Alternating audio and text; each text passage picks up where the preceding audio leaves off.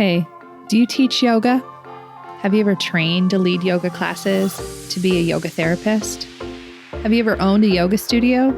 Maybe even just wondered what it was like for the women and men up there in front of the room on their mats, leading you through endless Surya Namaskars, down dogs, and pranayamas galore? Well, these are their stories, and mine. I'm Rebecca Sebastian, a 20-year yoga teacher, 10-year yoga therapist, yoga studio owner, and co-founder of a yoga-focused nonprofit. I've done a lot in the yoga world over the last 20 years. Pretty much everything except had a water cooler. You know, a place to share stories, talk about struggles, successes, and find other people who do the same thing that I do. Welcome to Working in Yoga, a podcast and substitute water cooler for yoga folks to connect and build community, to share our unique profession, our challenges, and our journeys with the world.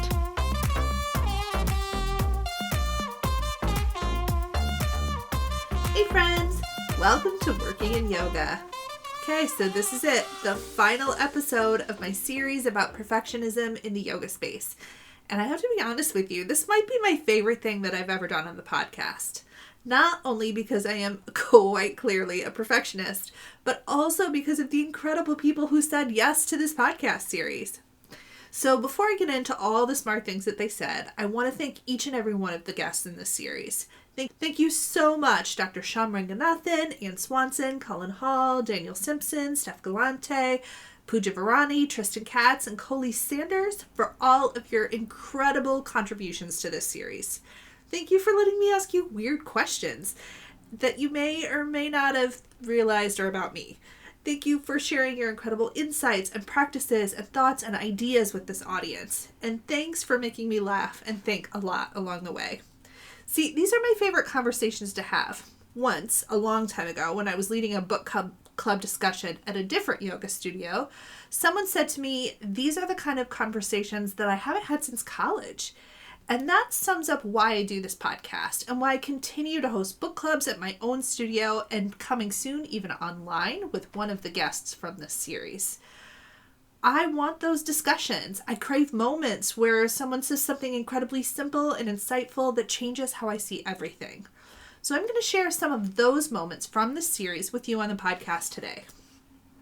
But first, y'all know may ask, will you please follow and subscribe to the podcast from wherever you're listening? It helps send bat signals to the algorithm in charge of whatever platform that you are on, so it shows the podcast to more people, and then more folks find us, share their stories, and we can work towards collective betterment together. Remember, we are better together, especially and even in an industry that can seem as divided as ours. So let's gather around our virtual water cooler and talk some shop. Follow, like, subscribe, and if you are so inclined, please give us a 5-star rating.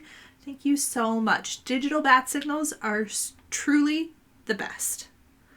Also, thanks as usual to Sunlight Streams and Sunlight Apothecary for hosting and sponsoring the podcast.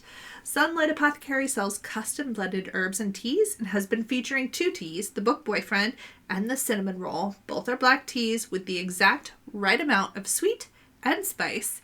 And if they were people, they would have already done the dishes and you wouldn't have even had to ask. Find your favorite blend at www.thesunlightexperience.com/shop. Now, here are my highlights of this series of Working in Yoga. First, since this is an industry podcast, one designed for us, the yoga professionals, I want to start off with the highlights of what our guests said about being the perfect yoga teacher. I even did a whole episode on this series to talk about what the internet said the perfect yoga teacher was, and ChatGPT most definitely delivered the most robust and interesting answer of all. Now, I asked ChatGPT, Reddit, and Google, what makes the perfect yoga teacher? And this is the best list, honestly, I have ever seen. Now, I did ask ChatGPT the same question I asked Reddit and Google, if you were wondering, and their list was by far, and I mean by far, the clear winner. Ignoring the irony that the first item on the ChatGPT list talks about authenticity, I was fairly satisfied with these traits. Number 1, Authenticity. A perfect yoga teacher is genuine and authentic, embodying the principles and values of yoga in their own life. Number 2, knowledgeable. Possesses a deep understanding of yoga philosophy, anatomy, and asana, in parentheses, poses, to guide students effectively and safely. Number 3, adaptability. Can modify and adapt classes to suit the varying needs and abilities of the students, offering alternatives for different levels. Number 4, clear communication. Communicates instructions very clearly and effectively, using language that is inclusive and easy for students to understand. Hell yeah, ChatGPT. Number 5, empathy. Demonstrates empathy and compassion, understanding the individual needs and challenges of a student. Number 6, observant. Yes, yes, yes. Pays attention to students' body language and provides timely and constructive feedback to help improve their practice. Number 7, encouraging and supportive. Yes, please. Creates a positive and encouraging atmosphere, motivating students to explore and expand their practice without judgment. Number 8, cultivates mindfulness. Helps students connect with their breath, body, and mind, fostering mindfulness throughout the practice. Number 9, respect for diversity. Oh, good gracious, ChatGPT, swoon. Embraces and respects the diversity of students, creating an inclusive and welcoming space for people of all backgrounds and abilities. Number 10, professionalism. Maintains a professional demeanor, including punctuality, proper class planning, and ethical conduct. Number 11, conscientious learning. A perfect yoga teacher is committed to their ongoing learning and personal practice, staying updated on new developments in yoga and related fields. Yes. Number 12, flexibility. But wait, here's how ChatGPT defines flexibility. Is open to feedback and adapts teaching methods as needed, recognizing that different students may require different approaches. Thank you so much. Number 13, passion for teaching. Demonstrates a genuine passion for teaching and helping students on their yoga journey. Number 14, safety conscious. Prioritizes the safety of students, providing clear instructions and ensuring a safe practice environment. And 15, a sense of humor. Infuses a sense of lightness and joy into classes, creating a positive and enjoyable experience for students. Now, ChatGPT also added this. Remember, perfection is subjective, and different students may prioritize different qualities in their ideal yoga teacher. The most important thing is that the teacher creates a supportive and transformative environment for their students. Thanks, ChatGPT. You did a great job. Honestly, that may be the opener of my revised yoga teacher training manual. And when I chatted with my friend Steff Gallante, we talked about all the things that folks think that we need to be in order to be a perfect yoga teacher. Listen to Steff here talk about her experiences responding to those quote-unquote ideal yoga teacher vibes at a gym where she taught and also in studio environments. Okay, so tell me, as a person who's been in wellness movement yoga 20 years, have you felt like you needed to be perfect? All the time. All the time. I mean, how much time do we have? I could tell you all the ways. I mean, I've got my I mean, chai just, here. I'm ready. I mean, for me, I think, and there are some differences between like the fitness spaces, like commercial gym versus like yoga studio, right? But 100%, to be thin, muscular, Yep. right? No matter what, not be sick. Especially, I feel like, once I started practicing yoga often, teaching yoga, studying Ayurveda, people expected I was never going to get sick. I don't know how one Yes. equaled the other. I'm not really sure. Okay. And, so there was always that pressure to look a certain way, to be put together, like we talked about. I mean, less so in the yoga studio, but in a commercial gym where I was teaching yoga, I mean, for my hair to look a certain way, makeup, right? Like Yep. all the things, 100%. Lulu fucking lemon, yes.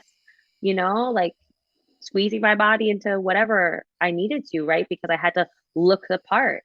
Um, and I struggled after having my kids, feeling that pressure to have my body look a certain way. And what if somebody new came to my class and I hadn't lost all the weight yet? What would they think of me? Right? Because that's perpetuated. It's, Yes. people who quote unquote get their body back. Oh my God, it's so cringy. Are celebrated. And the people who don't are deemed lazy and, not serious and a whole host of other things. Yep. What Steff talks about is really important. A lot of us in this industry identify as women and start yoga before we become pregnant people and have to navigate coming back into the industry with a body and a life that is different than before. I was actually just talking with a few friends on a thread about privilege and the privilege that men have of being able to do 2 hours a day of yoga practice, no matter what time of life that they're in, while women tend to be caretakers and really quite often don't have that luxury. We're telling our friends to go try yoga by the sink while you're brushing your teeth or by the bathroom when your kids are taking a bath. Can we support each other instead of holding each other up to an impossible and, as Steff said, ridiculous standard? Now this connects to my conversation with my friend Pooja Virani, especially as we talk about running businesses as yoga teachers and figuring out what we consider to be quote-unquote progress. Life sometimes gets in the way of our alleged progress, and it takes a toll on us mentally and physically. It seems like everyone has a goal set for you, sometimes goals that you have no idea how to achieve, or even if you want to achieve them. But Pooja reminds us that everyone's progress is their own, and we don't have to do things just one way. Now, Pooja was the first person on this series, but not the last, to remind us that perfectionism is a construct of white supremacy, which, if you haven't considered before, or this concept makes you feel uncomfortable, Pooja's episode and Colice's episode cover this. I think when we were initially talking about this topic, I felt a lot of guilt and shame because both perfectionism and productivity are both facets of white supremacy. Yes. Oh my God. Yes. Never heard that. That might be a shocking thing that I've just thrown out the word white supremacy, but there's a beautiful article by we're going to tag it in the show notes, but there's a beautiful article about the characteristics of white supremacy and how we are taught that these are things we need to do because this is what society idealizes and this is what makes us better, right? Working hard, being perfect, etc. So one of the things I've heard as a counter to that is we don't strive for perfectionism, we strive for excellence.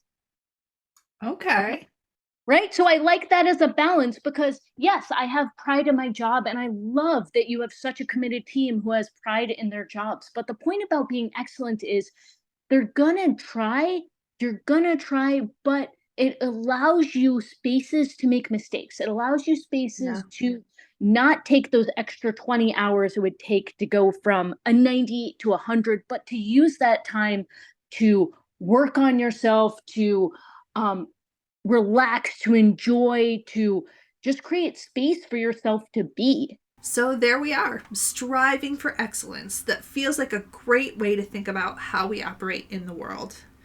I think our insistence on perfection within the yoga space also really affects how we treat and judge one another. And there might even be things that are more important than perfection or being the perfect yoga professional. Colin Hall made me laugh a ton through our episode together, but he brought up such a perfect point as we find ourselves judging other people's yoga teaching and yoga practice, especially when we throw shade at the goats and the wine and the beer and the other kitschy and clickbaity kinds of classes out there. Maybe goats and beer aren't our biggest problem. By a long shot. So in your hot naked goat yoga craft beer class, are you establishing consent? That one's important, right? Yes. That's crucial. Because if that person is establishing consent and that person is treating the people in their class with respect, if they are honest about why they're teaching. If they're like, you know what, I know this is actually kind of silly, but I think it's kind of fun and I'm making some money. What the hell? Give that person a round of applause. Like that's great. That is like excellent self-awareness. And yeah, it's a bummer. It's a real bummer to me that very often it is the people who are honest who get shat upon with the most fury. Yeah. Well, consent, oddly enough, is something that I am always thinking about when I am marketing for my studio, too. I've had to make sure that people have given me their email in an ethical way. Did they agree to get communications from me in the first place? I want all interactions with me, my business, and my studio to be honestly hell yes energy, if possible, and to create lasting relationships with people, both in life and in marketing. Tristan Katz talks to us about that here. Capitalism on some level asks us to show up, quote, perfectly or polished or curated, right? So that it looks a certain way, it sends a certain message. And I think relating to that, when we think about expressing who a space is for or expressing values, right? The idea then becomes we can just check boxes. We used the right, quote, right words. We use the quote right images. We put the BLM sign on the window or the pride flag during Pride Month or maybe all year round, whatever it might be, right? We're checking the boxes. We're showing people what we care for. We're maybe putting a land acknowledgement in our email threads. You know what I mean? Like this goes into so many different ways, but how, and honestly, this goes right back to yoga. How are we actually embodying what we say we're practicing? So when somebody says in their marketing, which by the way, a sign in a window to me is marketing, right? A mission statement or a value statement on a website, marketing. So when we say in our marketing, these are our values, this is who we welcome, this is who we care for, this is who we serve, but then somebody comes into the space and can feel so quickly through minute-to-minute actions, eye contact, body language, things that come out of people's mouths, the way we're greeted, the way we're not greeted, what clothes are in the space, right? Where the props are, who's talking about the props, how are the props referred to? The list goes on, who are the bathrooms for? All of these things then show messages that might say, hey, the marketing is phony. Yep. And you've got the right words and it looks good. But when we come into the space, we can see that you can't back it up with action and that you're not embodied in understanding other people's lived experiences. Right? One of my favorite things about this series is that we got to talk both nitty-gritty, real stuff about our working lives, but also we get to have big picture learning and philosophy conversations that shift how we see the world at large. When I asked Colice Sanders to come on the podcast to talk about being the quote-unquote perfect activist, I knew she would be the exact person to chat with about how we all tend to police each other in the activist space. While healthy accountability is an amazing thing, and I personally have gotten some lovely and loving accountability emails myself in the past, there is a difference between policing and being an activist. And Colice starts us off with a history lesson about Bacon's Rebellion and how white supremacy holds up the leading strings for our perfectionism. Oh, if you've ever attended a session with me, you're not going to be surprised, or taken my class. We're going to talk about Bacon's Rebellion, because that's the birth of perfectionism. And that's the birth of white supremacy.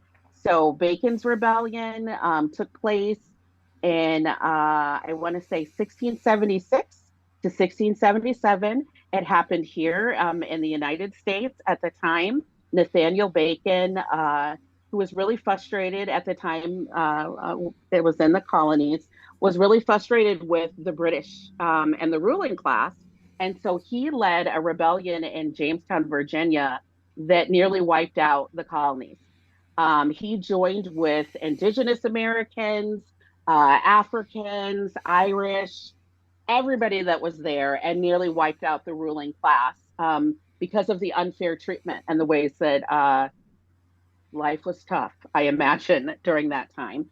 And so the British elites were so upset, primarily that he would join with the Indigenous Americans and other Africans that they created this concept called white and this concept called black.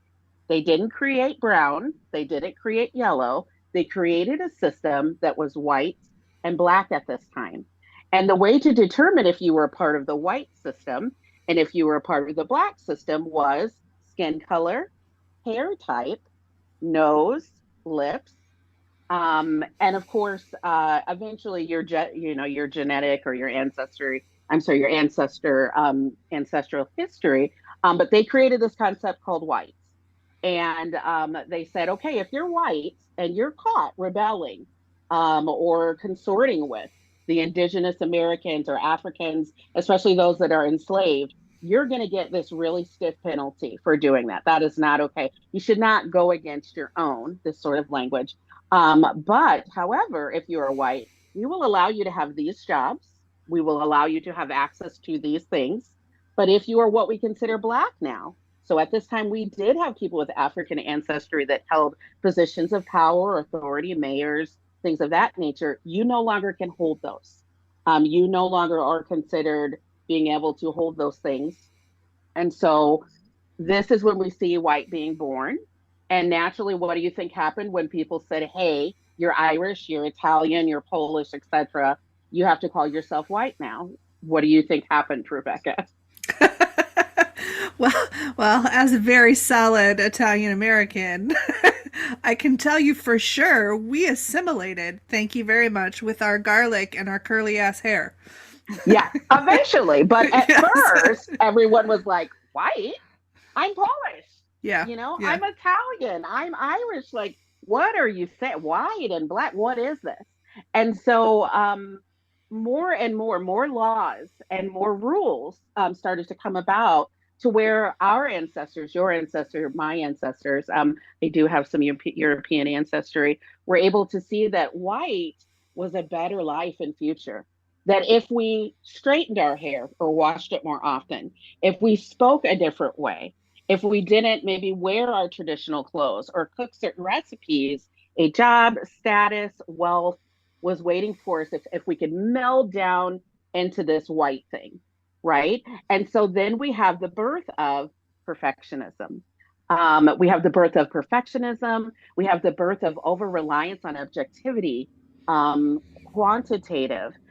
We have the birth of individualism over collectivism, because the majority of immigrants at this time tend to have more of a collectivist orientation. And so with the birth of white and the birth of white supremacy, we start to see perfectionism creeping in, our ancestors, our loved ones changing themselves and strictly trying to meld themselves down into this thing called white, which was so effective today. A number of people that identify white do not know cultural traditions, spiritual beliefs, ways of caring for their health, hair, a number of things that their ancestors did because of this pressure to mold down into white, this perfectionism. And this gets me deep into why we are looking at other people's opinions anyway. Like, who decided what was good and what wasn't? Well, on our very first episode this season, Dr. Shyam Ranganathan answers the question for us with a bit of insight on virtue ethics versus yogic philosophy. So, in yoga, being devoted to Ishvara is not being devoted to the good person. It's about being devoted to the right person. But that person disappears the moment you take on the responsibility of that devotion. Then you take on the challenge of practicing sovereignty yourself by practicing its unconservatism, the tapas, and the self-governance, the swadhyaya. So what that means then is that when you decide to practice yoga, you are taking responsibility to really figure things out for yourself. There's no one else there to be your boss. Even if someone is better at something, the right thing to do is not just whatever they say. Like, you could consider it, but it's you've taken on the responsibility to like make these kinds of decisions yourself as part of your practice. And you see knowledge and understanding as something that's a byproduct of this self-work, right? So it's not that you can't other people can't be supportive of your learning, but the learning and the practice is really your work. And the reason it works is because it's a practice of getting rid of egotism. You're rejecting the idea that understanding is about how you see things in your perspective, etc. And you're taking on this work of challenging your own prejudices and assumptions while being transparent about your own choices. And then, because all of this happens within the context of devotion to Ishvara, not every choice is possible. Only those that are consistent with the larger project of devotion to sovereignty are going to be permissible. So John Stuart Mill was a very famous utilitarian philosopher. He's also his day job was the British East India Company, and he's famous for propagating this idea that an advanced society should be built around this freedom for people to experiment, tapas, and then also decide their own values. So he just stole that straightforward from South Asian yoga. He made it sound like he made it up. He didn't. But the difference with Mill is that he thought that the reason you do this is because it results in happiness.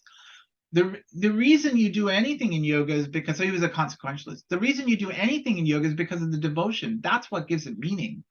It's your own commitment to sovereignty that gives it meaning. So you can weather failures and not accomplishing things. That's just what it is to really work on something and to become really good. You have to put up with a lot of disappointment, and you can't do that if you don't find meaning in the devotional practice. The virtue ethicist thinks that it gets, from a yoga perspective, gets things backwards. They think you have to kind of be perfected already in order to know what to do. So then it's a big problem. So, well, what if I'm not perfect? What if I'm not good? How do I figure this out? And so what virtue ethicists do is they just choose someone as their virtue, their virtuous agent. But the problem is, if you're not virtuous, how can you figure that out? Like, the theory says that the right thing to do is what the virtuous person wants, and you've already come to terms with your lack of virtue.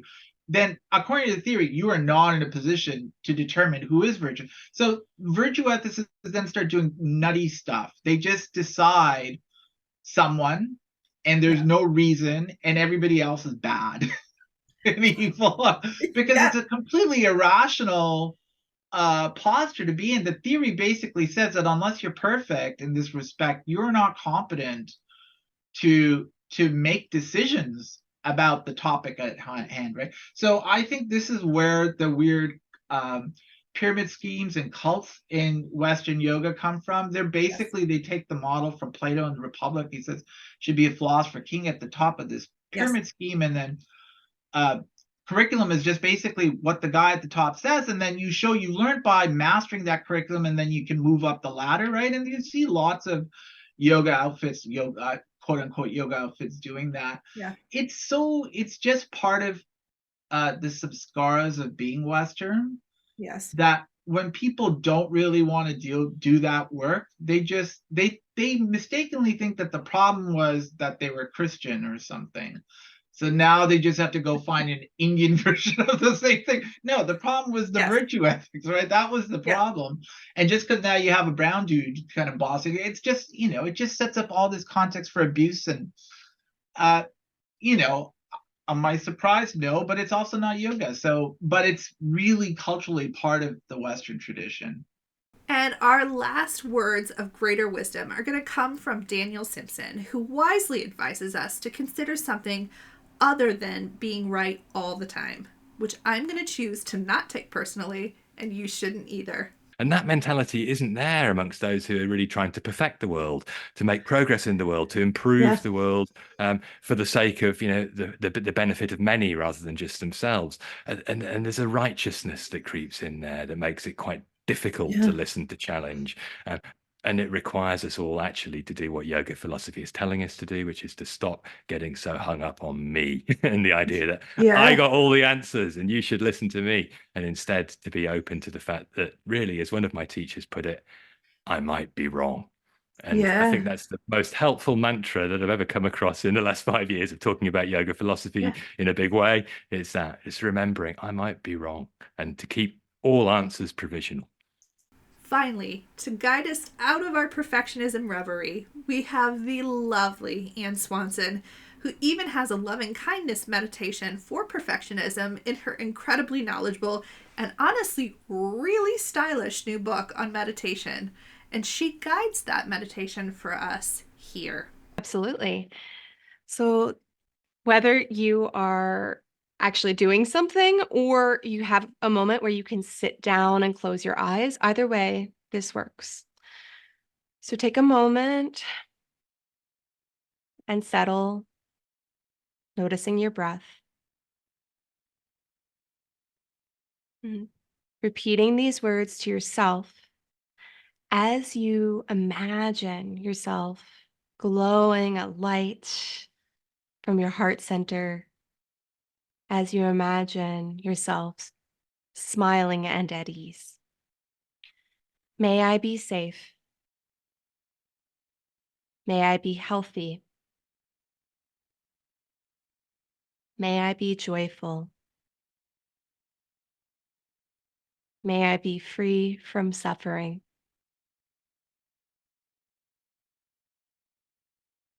May I be at ease. And now we'll do this for a stranger. Let's start with a stranger today.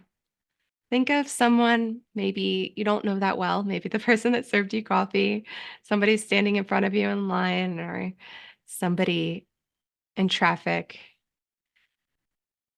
And visualize them glowing, smiling. May they be safe. May they be healthy.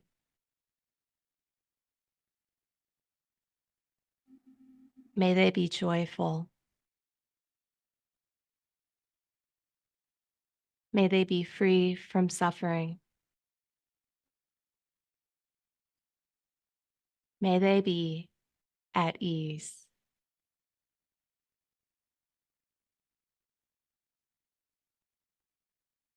And now let's go ahead and imagine someone you love, someone who's easy to love. Maybe it's your child, your lover, your pet. Imagine them smiling and at ease. May they be safe. May they be healthy. May they be joyful. May they be free from suffering. May they be at ease. Now let's imagine a difficult person, not a 10 out of 10 difficult level, maybe a 7 out of 10, somebody annoying you or you're frustrated with right now. May they be safe.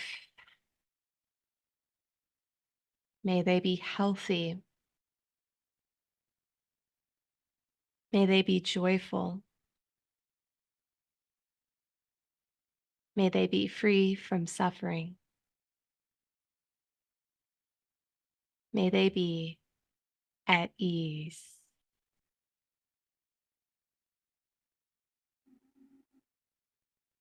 And the last one before we return to ourselves is visualizing all beings. And throughout history, throughout the world, throughout the universe, may they be safe. May they be healthy. May they be joyful. May they be free from suffering. May they be at ease. Very last, ourselves. Once again, you might notice it feels a little different now that you've practiced. Sending yourself loving kindness. May I be safe. May I be healthy. May I be joyful. May I be free from suffering. May I be at ease. So there you have it, my yoga professional friends.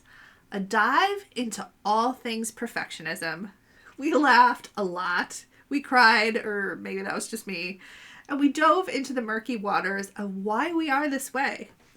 I would like to end with a huge thank you again to all of my guests in this series. And I am now about to be all y'all's biggest hype woman ever. You all are truly magical and amazing and wonderful and awesome and incredible and intelligent and beautiful and gorgeous and handsome and delightful and fun and funny human beings. Thank you for being you, and thank you for saying yes to the interview. I'm going to take a week off to record a new intro to the podcast. And as we slide into spring and summer, this episode, my 81st for this podcast, and I am feeling like I want to change. So next time you hear me, it will be a new intro and new music. And I can't wait to do 80 more podcast episodes for you to listen to. Once we start up again, we're going to start with the mini-series that I already kind of started and teased you about. I wanted to talk this spring about travel, tourism, festivals, and retreats. And so I contacted experts as a part of our industry. I know that hosting retreats and traveling was one of my early goals when I got into teaching yoga, and I wanted to know what it was really like out there now, post-COVID in 2024. So if you are a travel person, make sure you stay tuned. I have interviews with not one, but 2 retreat centers, festival organizers, and travel agents in this 5-episode mini-series. Now, thank you all so much for listening, my friends. I am so grateful and honestly humbled at the lovely notes I get from y'all. I'm in awe that you choose to spend your time listening to me on this podcast, and I will catch you around the water cooler next time.